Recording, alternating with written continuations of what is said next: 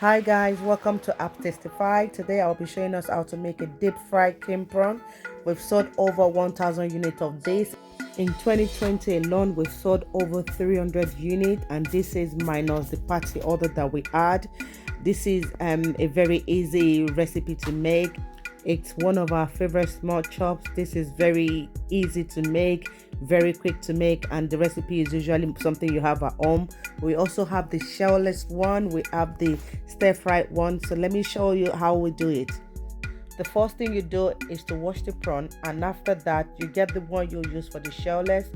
Peel the skin. Once you peel the skin, wash it again, and then get ready to season. Put my salt, then I put my prawn seasoning, and I also put my chicken seasoning. At this point you can add any seasoning of your choice, but this is what I do.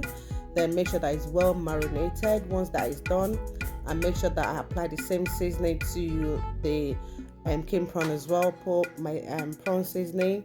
At this point I also make sure that this is well marinated, stir it properly, and then I set aside. Then I have my egg, crack my egg in a bowl, my flour. At this point you can put any flour that you wish, any flour of your choice. Then I make sure that my shellless is in the egg, stir it together, put it in the flour, make sure it's well marinated in the flour as well. Then once I'm through with this, I put the prawn in the egg, mix a little bit, then put in the flour and mix a little bit, make sure the flour is well covered, and then set aside. Try to have enough oil that will cover what you're about to fry, and try to avoid to use reusable oil that you've used before to avoid overflow and create a mess for yourself. Leave it for 3 to 5 minutes. At this moment I'm putting my shellless just to test the oil, make sure that it's hot enough, and it's also okay to feel the temperature of your prawn to make sure that it's well crunchy or crispy, however you see it. So I leave it for extra 1 minute just to make sure that it is okay. Once I'm satisfied with the texture, then I take it out, then I start putting my shellless. I start with my shellless, make sure that it's well fried, leave it for another 2 to 3 minutes. It is okay to always check if it's crunchy. Obviously you don't want it to be too dry.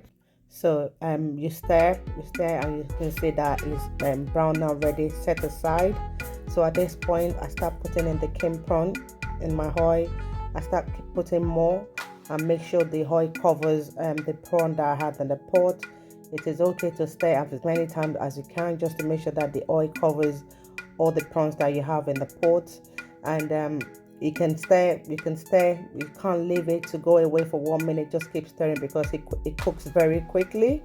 So just keep stirring, At this point I'm feeling the texture to see that if it's crunchy enough, if it's dry enough. Obviously I don't want it to be too dry at this point as well. So I'm stirring, and I'm checking if I'm satisfied with the look of it, because I know that once it's brown, crispy, is ready, then I set aside. So at this moment I've just set my plates ready to eat. You can have this with any sauce, you can eat it on its own.